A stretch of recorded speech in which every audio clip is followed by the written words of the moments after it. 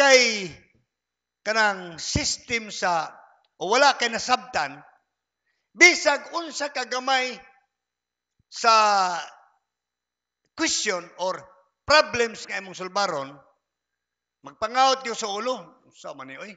Bay unsa man ni formula ini bay? Nga work is equal to distance times force times distance is equal to work. Diba? Muna nga pangutanahon ka. Unsa kunoy kanang ito sa theory, naglingkod ron ang tao din na. So kinahanglan nga ang iyang force times the mahibaw anag pila iyang weight ang iyang kabugat. Tungod kay ang kabugat sa tao nga naglingkod sa bangko, maupod na ang force nga iyang reciprocally, maupod ang force nga mutulak sa iya.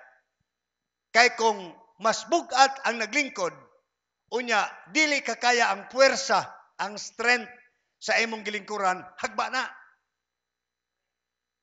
Sa theory sa physics mao ni, kinahanglan nga ang strength and materials tama gyud muna nga i-compute mga igsoon unsa ang bakal, unsa ang simento, then unsa ang kabugat sa second floor. Mga engineers na computed na siya. Nga naman may igsoon. Kay kung magplano ka og first story, second story, third story, fourth, fifth, sixth, kinahanglan jud kag eksakto gyud nga calculation niya na kay dili na basta-basta ang building nga imong gitukod. Now, tingala ka sa Robinson, nakapalit sila 5 hectares dito padong sa playa. Hangtod karon walay plano ang Robinson nga mutukod og bisag 3-story lang, 3-story building. Sa katarungan nga dili problema sa material kay naa may mga geodetic engineer, na may mga engineers nga nagplano. Pero ang problema ang foundation. Kay ingon sila kung 3rd-story building sa Robinson ang tukuron dito sa dapit sa playa, going to a playa, mo sink ang yuta. Now, ang pagpangalagad mga igsoon, kung imong tanaw ng Bible, sama kuno sa nagatukod og turi. Matod pas Biblia dunay sa katao nga dili ba kuno siya magbalansi pag-ayo kung magatukod siya og turi, basin unya dili siya makahuman niini. Ug mulabay ang iyang mga kaila, iyang mga higala, ug musugod pagbugal-bugal niya itong tawhana, ug mingon, pakaluma manig buhat og turi. Busa, kung magatukod siya og turi, kinahanglan nga iyag yung blansyon, makahuman ba siya niini. Atong tagagpagdaig ang atong magkagaho. I-consider na to ang atong foundation, i-consider na to pila kabugat ang atong i-consider nga responsibility kung kita mga lagad sa makagahom. Kaya ba nimong pagsulay sa mga asawa? Kaya ba nimong pagsulay sa imong mga anak? Kaya ba nimong pagbarug nga nga dili ka museng, dili ka mo mubagsak sa imong pagalagad? Naigingon mga igsoon nga ang pagpangalagad daw sama sa nagsakaglubi. Ang amahan o nagsaka, sunod ang anak, kamagulangan, sunod ang ikaduha, sunod ang ikatulo. Kung danghag daw John ang amahan, kung mapukan, mahulog ang amahan, haros silang tanan. Now, akong gingnan sa Davao sa una, balikon ako itong two-story building. Kung kinahanglan, eksaktong kaligoon ang atong foundation, sa ground floor, ligon na daan. Sa mga poste, ligon kaayo. Kaya sa second floor, safety sila o dili makolaps. Sa third floor, safety sila o dili makolaps. Sa fourth floor, safety sila o dili makolaps. Sa fifth, sixth, seven, pila ka generation nga imong ibilin ang kaligon sa imong pagalagad. Kay basin unya, after 2 years, ang patay ka na. Ang imong mga anak, imong mga apo, nga imong gibilin, nga wa kay eksaktong foundation karon sa pag-alagad. Collapse na silang tanan. Muna nga, sa pamilya, kinahanglan na gitay saktong pamalansi sa atong foundation. sa pag-alagad, maura gyapon mga igsoon. Sa matag usa doon na tayo mga responsibility. Ang Bible nagingon nga kinahanglan ang tao dili siya magkaguol o maratol sa tanang mga pagsulay nga moabot kaniya. Nagitambagan na sa ato pa naagid ng trials. Naagid ng gitawag na itong testing sa kinabuhi sa tao. Narabay testing iso nga di ka kasabot. Ingon na magkagahom. Ingon na magkagahom nga Isaac, ihalad ang imong anak. Unya, I mean si Abraham. Ipasahalad si Isaac, yang anak. Unya, ang expectation sa ni Isaac kay sugo gusto makagahom. Di expectation niya nga wa mo poy sugo nga pagdala mo og inyong ihalad dito. Basta magsimba ba ito maghalad. Unahon na niya. Maniyo sa may way laing instruction. Yang gihimo, isya dong. Uban ako. Niya pagdagkahoy. Sunod nga instruction, moadto ka sa bukid sa Muraya, ihalad ang imong anak. Una-una niya kung ikaw karon mga igsoon si Abraham, dili basta-basta lang nga trials. Dili basta-basta pagsubok sa imong kinabuhi. Mutan-aw ka sa imong anak nga siya pinagpasan sa kahoy nga mo isugnod niya human siya patyo nimo. Misugod siguro to pagpangutana sa utok ni Abraham. Ingon nga magkagahom may sugo ini o tingog ni demonyo. Ikaw kuno, ipaihaw ang imong anak. Unya papasanon pag nimo gikan sa ubos ng babaw sa muraya og sugnod nga kahoy nga usa ka bandol para nga ano ba yan isugba ba siga ang sugba. Mga igsoon, sayon nato basahon ang Biblia kung misgo tag trials. Sayon nato ay naanaon mga igsoon nga si Abraham nagmadaugon sa iyang pag-alagad. Pero ang pangutana, unsa ang gibuhat ni Abraham ngano nga nagbadaugon siya sa iyang pag-alagad. Ako nakita ni Abraham, wala siya panahon sa pagpangutana, wala siya pagpanahon sa pagmurmur, pagpagutbot sa kabuton sa makagahom, wala siya panahon sa pag-question sa authority sa makagahom. Apan ang naa sa kasing-kasing ni Abraham, the total obedience naa sa iyang kinasuluran. Atong tagagpagdaig ang atong makagahom. Pero kung ang atong yung espiritu masinupakon, atong espiritu bagulbulan, atong espiritu rebelde, magaan og madako, misa paggamay ra ng problema, himuon ginadako. Di ba? Pero kung naatay ka kasing-kasing matinumanon, may mong kasing-kasing nga, manon to ni kabutong ginis makagahom. Og ni Miriam pa ayaw tan-awa ang pagsulay nga higanti siya. Ayaw tutuki pagsulay nga giant siya, higanti siya. Una, buhaton nimo ampo luhod. Pangutana ang imong espiritu, higanti ba siya? Alang ni anang higanti. Butata, dako kayo nga kadako ini nga building nga pagsulay. Ingna ang imong kaugalingon nga ang pagtuo to go against that trials, dako ba? Kaya kung ang pagsulay ka na kung kinumo, o niya ang imong pagtuo, wa pagkiklaro, unsaon nato nga mahimutang madaugon diha sa makagahom. Wala. Amnaw, sinking, bagsak. Mao na nga, hunaon kuno matupad ni Apostol Pablo, kung makahuman ba ta? Lalima ka mo ato taglangit. Sino mo ato langit? Sino swerte? Og ni Miriam pa, ni Mrs. pa, ga. Siyempre, malingo na siya, malandong mo yung siya, ga. Unsa kay rason, no, nga, nganong mo ato mo siya langit? Bay, ingna mo kagalingan karon, padtuon do kog langit. Unsa may rason nga padtuon kog langit? Sa akong kamal dito? sa akong kakawatan, kabaldito, kabugoy ka. Unsa kanang mga ko na to mga bulastog padto kag langit. O miyo kag padto kag langit tungod sa imong kabutan, unsang klasiha sa kabutan para madto kag langit? Unsang klasiha sa kabutan para madto kag langit? Unsang klasiha sa kabugoy nga padto kag langit? Ay sino swerte? Ug miyo karon presidente, okay, travel mo sa New York. Unsay imong nahimo nganong patrabilon ka? Nganong patuon ka?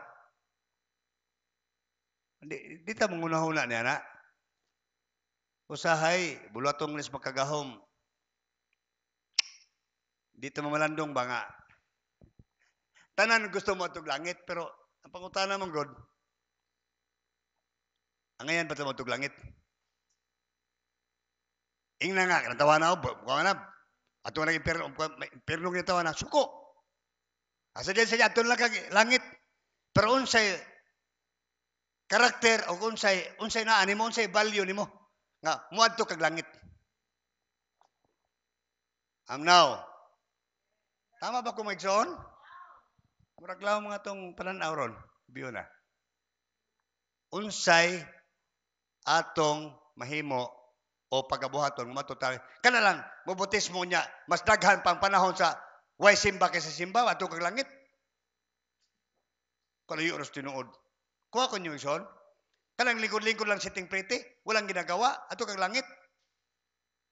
Kuloy, wa man gani ko, di pa man gani ko pasalig mato kag langit nga nga ut-ut na akong daghan na kapila na akong matumba pero Surigao tanan ministry. Na ut-ut na akong tuhod daghan kay mga pangos ng gawas ng tuway-tuway. Muna ingon ni Idok, Idok pala suwito mo ginasako siya nga. Ug kini lang mga tawhan ng mga pastor, wala pa motulo ilang sipon, ilang luha, ilang dugo, ilang singot. Ade ko mo to ini. Papastora sa sagbayan or sa patong nga dili ako mo adto, mingon nga wala ni. Nganong magyudok nga ako magyo imong papastoron. Punta ni Dok, but-but ng istorya, punta na si Dok, makari na. Dok unsa magyudok kunoy kalidad ni Remolino nga nganong gitsem mo ingon siya ako ni siyang putana ngano man Dok siya. Kamo gid pastor. Nakita na ko nga dugo na migawa sa imong tuhod, mga pangos. Unya sa singot grabe sa kanang masakit ka, sipon, tanan luha nimo, grabe na kayo. Wala na, salot na ko din ha. Muna nga kung insya, kung doon namin mo pastor nga lahi, perform mo sa siya. Diba? Mo-perform mo sa siya ko para, og di idok pa nga, para mo tahod ko, sa kanasilyon nila nga, ikaw lang gut Biblia, pastor na, yagin ang kontraon silyon eh. Nga, ano yung porma na rin nun. Wala na. Di ko, kailangan maminaw na. Tama pod, may punto pod. Kaya nakita po ni Idok ang qualification kung magpastor ka, ipakita gano'n natin tinuod ng pastor. Love for souls, dili love for money. Now, atong tagapagdaig ang atong makagaho mga igsoon. Muna sa atong pagalagad, yan ang Biblia, na kung doon naman kung mga pag-antos mga igsoon, mga pagpanulay, kinalang nga managmaya ta, di ta managkagaol. Nga naman, salamat nga dunay pagsulay para ang return na ang byproduct na ang produkto sa pagsulay mao ang atong pagkamainantoson sa pag-alagad. So by trials and testing, ang end product na is patient. Naabatay pasensya, naabatay pagkamainantoson sa pag-alagad. Mo bear bata mo pasan bata sa mga kalisdanan. Di ka maingon nga, nangalagad ko, daghan naman ang pagsulay noon. Mura po, unsa man ay pagtuoleg, mga lagad ita, hayahay na di kayo, sino swerte? Di ba? Kung kuha ni mo, ang manunubos magani mga igsoon, sa diha nga, nag-start siya, naghimo siya foundation sa iyang iglesia. Unsa gimos manunubos, giiyang gihatag ang iyang kaugalingong kinabuhi dito sa Kalbaryo para siya mag-antos og pagapatyon sa mga tao aron iula niya ang iyang kaugalingong dugo aron kita makaampit sa grasya sa kaluwasan. Unsa daw ang klasiha sa higala nga mag-ula sa iyang kinabuhi tungod lamang sa iyang higala. What kind of man that he lie his life, lead his life for his friends. Unsa daw niya ingon ni Pablo, kinahanglan usab kamo magatugyan sa inyong kinabuhi ngadto kaniya kay una sa tanan gitugyan niya ang iyang kinabuhi ngadto kanato. Now, unya una to ingon ni Bible, nakanindot pod kay ingon ni Pablo nga there has no temptation that taking you. Wa gyoy suliran, testing, trials kinabuhi nga makapa daot na to. Ang uban maghikog na kay wa ka bayad og utang. Taghan kay na sa atong palibot. Pero ingon ng Biblia, but Elohim is faithful. Remember, Elohim is faithful, who will never suffer you to be tempted above that ye are able. But with the temptation also make a way to escape that you may be able to bear it. Muhimo siyang lutsanan, muhimo siyang solusyon para kaya nato buhaton ang mga pagsulay sa atong pagalagad. Financial trials, sickness, weakness, balatian, diseases, and all other trials nga moabot sa atong kinabuhi, igsuon, wa ka tagaig pagsulay sa imong pagtuo nga makabagsak nimo. Naluya mo kuter tong kedaghan kayong pagsulay ter. Unsa ang Biblia, dili nato ikaluya. Ingon ni Pablo, dapat kamo managmaya ug managkalipay kamo panahon sa kasakitan. Kay diha sa kasakitan, inyong mabatunan ang pagkamainantuson sa pagalagad. Naaday spiritual virtue. Ang spiritual virtue character nga mahimong product, mahimong produkto, by-product of testing is patient. Alagad na malanta nga maura mangyapon. No, mo na nga di magdugay kanang mga tawhana nga moreklamo nga wala na dinhi. Tama to imong gingon gaw.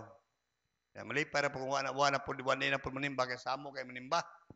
Labad so labad ba nga ako ta gusto mga laga ganita kinahanglan do na tayo obedience heart. Mo respeto sa pastor, maminaw sa mensahe para makasabot ang unsa di ani pangalagad. Now, basag Bible, ampo, fasting, para makasabot ta. Kaya nga naman, challenge Biblia sa unahan, di ba? Sa unahan nga bersikulo, ingon Biblia, o kung dunay nakulangan kaninyong kaalam, papangayuwa siya, kay tagaan siya sa makagahom, sa kaalam, ngayang yatagan niya. At nga, di ka kasabot sa pagpangalagad, di ka kasabot sa pagsulay, di ka kasabot sa imong pastor, di ka kasabot sa sitwasyon nga gihatag nimo, di ka kasabot, pag-ampo, aron nga makasabot ka ug unsa di ay ang plano sa makagahom sa imong kinabuhi. Kinsa man kuno gigamit sa makagahom wa mo agig trials. Tudlo mo sa Biblia, why bisan usa nga gigamit. Pero ang tanan nga nahimong greatest men and vessels sa gospel, labang gyud sila ang pagsulay. Pablo, kinsa man, Pedro, mga apostles, prophets, kinsa man, patriarka,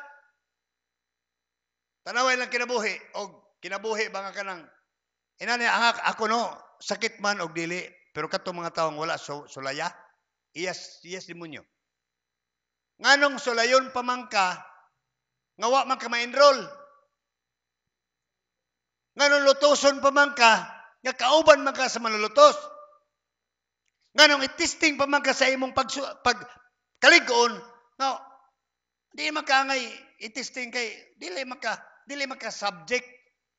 You are not the object or the subject of selected few. Muna nga, sabto nga ning way pagsulay ninyo, i-question nyo kinabuhi. Amahan, unsa man eh. Klaruhan niyo, palangit ko ini, o gimperno ni kayo, may buhay pagsulay. Wa tanan. Kanabit lumabot ang kinabuhi sa taong hayahay na kayo. Unsa yung Biblia? Pagkalipay kamo mga dato, kay gitagaan kamong panahon sa pagpaiubos. kay hinumdumi nga sama usab kamo sa tanaman nga karon nabuhi apan mga latara o mga matay sa pipila ka mga adlaw mahanaw. Bot kay pasabot, pagkalipay kamo mga kabos, kay gitagaan kamo. Atong nabasa, naminaw mo sa gibasa. Aron tagaan kamo sa makagahom og paagi nga makabaton ka og siya magapatuboy kaninyo. Mao na mga igsoon nga ingon ang Biblia, malagad ganita, ginalang kita natay kasing-kasing, doon tayo wisdom. Ngano man ina ni? Unsay produkto ini? Unsay end product ini? No? So siguro si Aida na makatubag na nana kay siyang kinabuhi. Di po ko kaya kung ako'y magpakaida. Di kaya na sila yung mga extreme nga mga kinabuhi. O extreme nga kinabuhi. Nga kung balikon pa siguro ni Aida, itong gagmay pa sila, murag na po niya sumusugot. Oo. Murag, hayahayahay na siya, pero pagbantay kasi mong kayahay ron, kaya basiw niya, kung sa man niya, mahal mo, wala may exam. Kinala na exam na kay, mapasar pa ba tayo niyo? O mahagbong ba tayo, mapasar ba tayo niyo? Pero salamat sa makagahom, nga kung tinuod ta nga, gold. Bisa pag ilabay ka sa lapok, maputos makasalapok, pero hinumdumi, ang bulawan, dili lapok. Naputos lang sa lapok. Nakuha ko ninyo? Pero di gyud lapok. Muna sa Biblia, bisag masagol ang bulawan sa all other or, sa ubang pang mga or. Apan nga Biblia, inigtunaw sa kainit. The more nga init kayo ang itreat sa pag-process, the more nga mugawas ang taas kayo nga karat sa bulawan. The more nga itest ang atong pagsulay, the more nga doon natay strong inner drive, o lig-on ang foundation nato sa pag-alaga diha sa makagahom.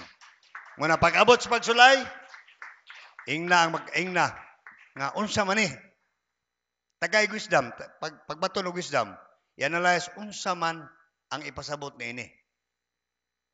Balo ba mo karon mga igsoon? Dito ko sa igpit, gisingitan ko og pabikil.